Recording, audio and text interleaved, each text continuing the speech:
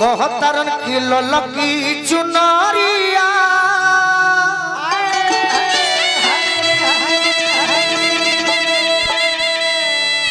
रे पिया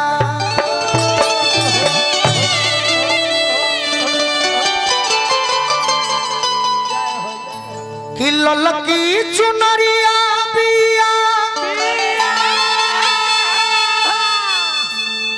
अरे लाल रंग सरिया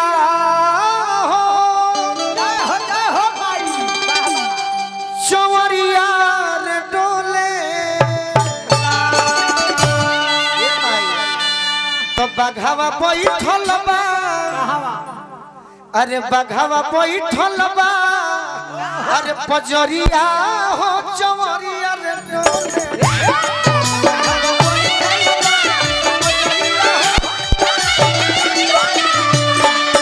बघावा बैठल बा पजरिया हो चवरिया रे डोले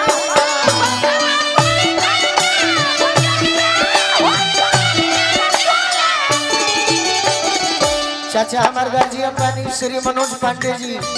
कांग्रेस नेता मनोज चाचा के बार बार प्रणाम करब। एक बार आज के भोजपुरी तो ऐसा नहीं खेर हो गई बाकी देवी माई खाती सही नौजवान भाई से खास करके विनती गोलू राजा करी है माई बहन तो हरदम लागो रहे भजन में गार्जियन लोग के भी कहे के नहीं थे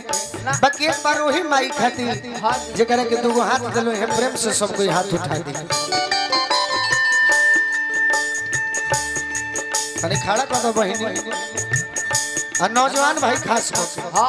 बाकी सब गीत हुई जगह लेकिन अभी भजन तो बघावा बैठल बा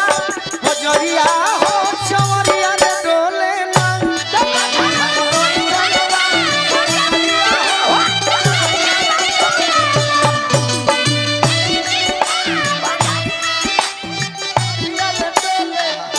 हमरा एम चौधरी जी की ओर से आशीर्वाद मिलल बार बार प्रणाम करबा अपना बहुत बा भोजन में आज के डेट में ललकी चुनरिया पिया लाल रंग सरिया हो चवरिया रे डोले ललकी चुनरिया पिया राजन भैया हो चवरिया रे डोले उदय कुमार यादव जी आर्यन टेंट हाउस के तरफ से बहुत बहुत आशीर्वाद जय हो बघा बघा बैठल बा भजरिया हो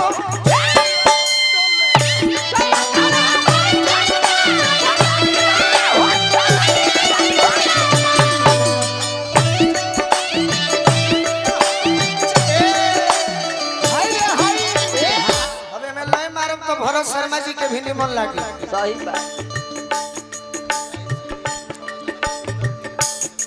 भूपेंद्र जी राइस मिल के मालिक बानी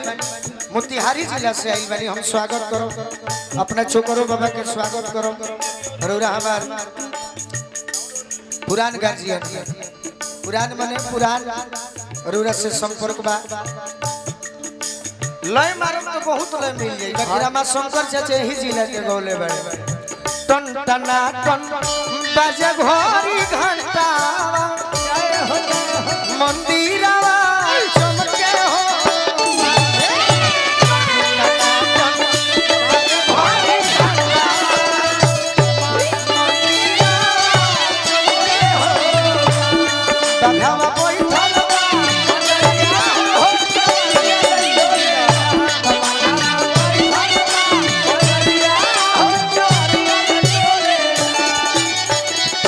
हमारे मिथुन भी आई बहुत स्वागत करवा रहे हैं टेंट हाउस उदय कुमार यादव जी जीवन में एगो तो सौभाग्य कमैनी कि हमारा समाज के तो पूरा बिहार उत्तर प्रदेश पूरा भारत देश से सम्मान मिलल लेकिन कलाकार उहे होला कि अपना समाज के तो प्रेम मिलते बा दूसर को समाज से अपन अपन प्रेम खींच ले तो गोलू राजा एगो बड़े सौभाग्यशाली उदय कुमार यादव जी आर्यन टेंट हाउस एक हाथ गदा सोहे तुझे तलवरिया हो चवरिया रे डोले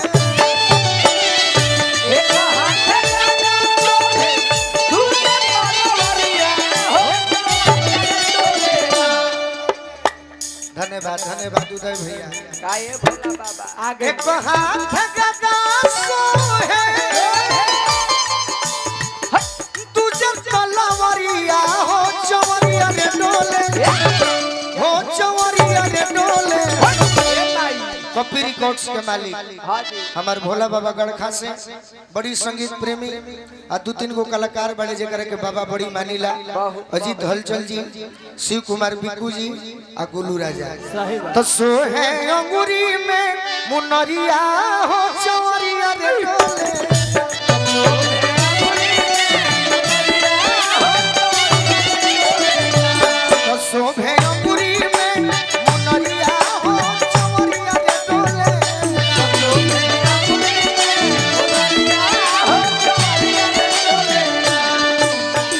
गार्जियन श्री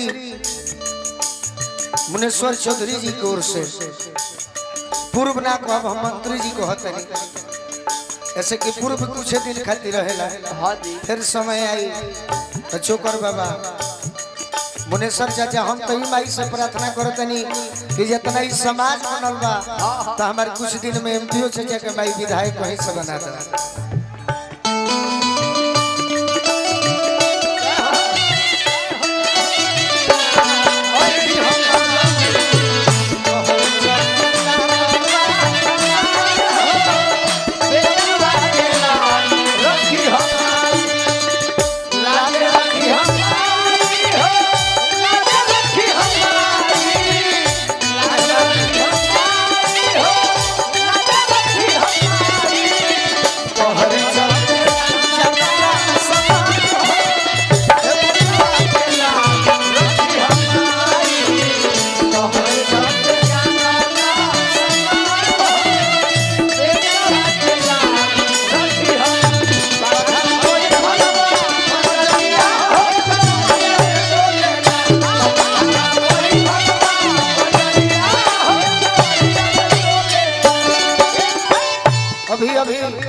मंच पर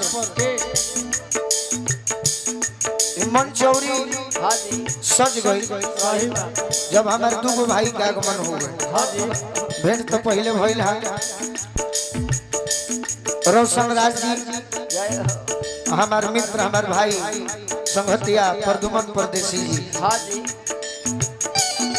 भेंट तो रोजे अब होई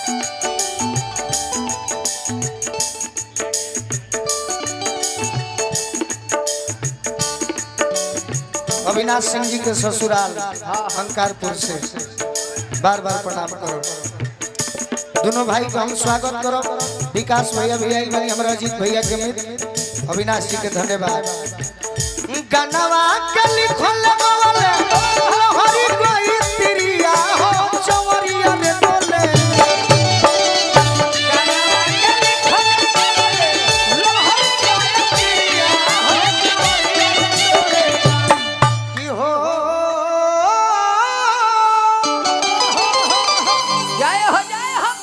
चवरिया रे डोले तो फिर तू हमनी पर जय हो माई कि फिर तू गोलुओ पर नजरिया हो चवरिया रे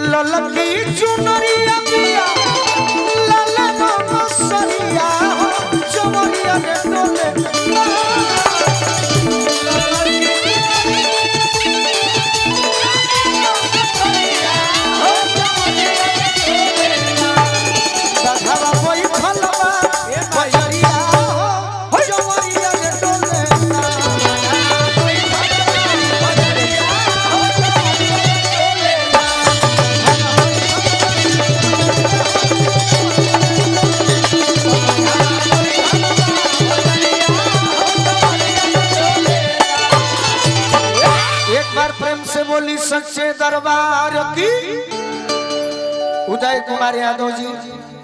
आर्यन टेंट हाउस बहुत यहाँ के संगीत प्रेमी बानी हाँ जी। अब ढेर देरी नहीं करे मिथुन